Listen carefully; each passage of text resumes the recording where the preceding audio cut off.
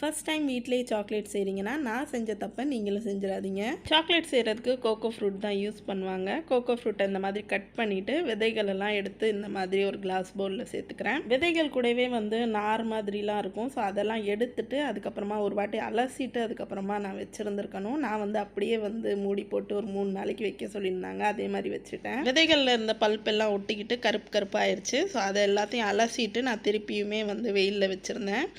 கொஞ்சம் பார்த்தீங்கன்னா முளை கட்டியுமே இருந்துச்சு. அலசிட்டு வெயிலில் வச்சோன்னா காஞ்சு நல்லா வந்துருச்சு. ஸோ அதை ஒரு வாட்டி வந்து ட்ரை ரோஸ்ட் பண்ணிவிட்டு மேலே உள்ள தோலை வந்து இந்த மாதிரி நீக்கி எடுத்துக்கோங்க. தோலை நீக்கினதுக்கப்புறம் இந்த மாதிரி பீன் மாதிரி உங்களுக்கு கிடச்சிருது.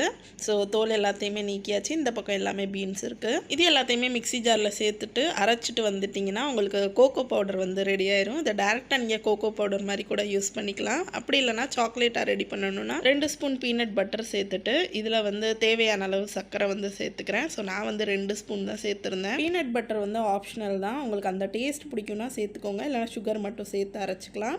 ஸோ கன்சிஸ்டன்சி திக்காக இருந்துச்சுன்னா கொஞ்சமாக பால் சேர்த்து அரைச்சிட்டு இந்த மாதிரி மோல்டில் வந்து போட்டுட்டு ஒரு 4 மணி நேரம் ஃப்ரீஸ் பண்ணி எடுத்துட்டிங்கன்னா சூப்பரான சாக்லேட் ரெடி ஆயிடும்.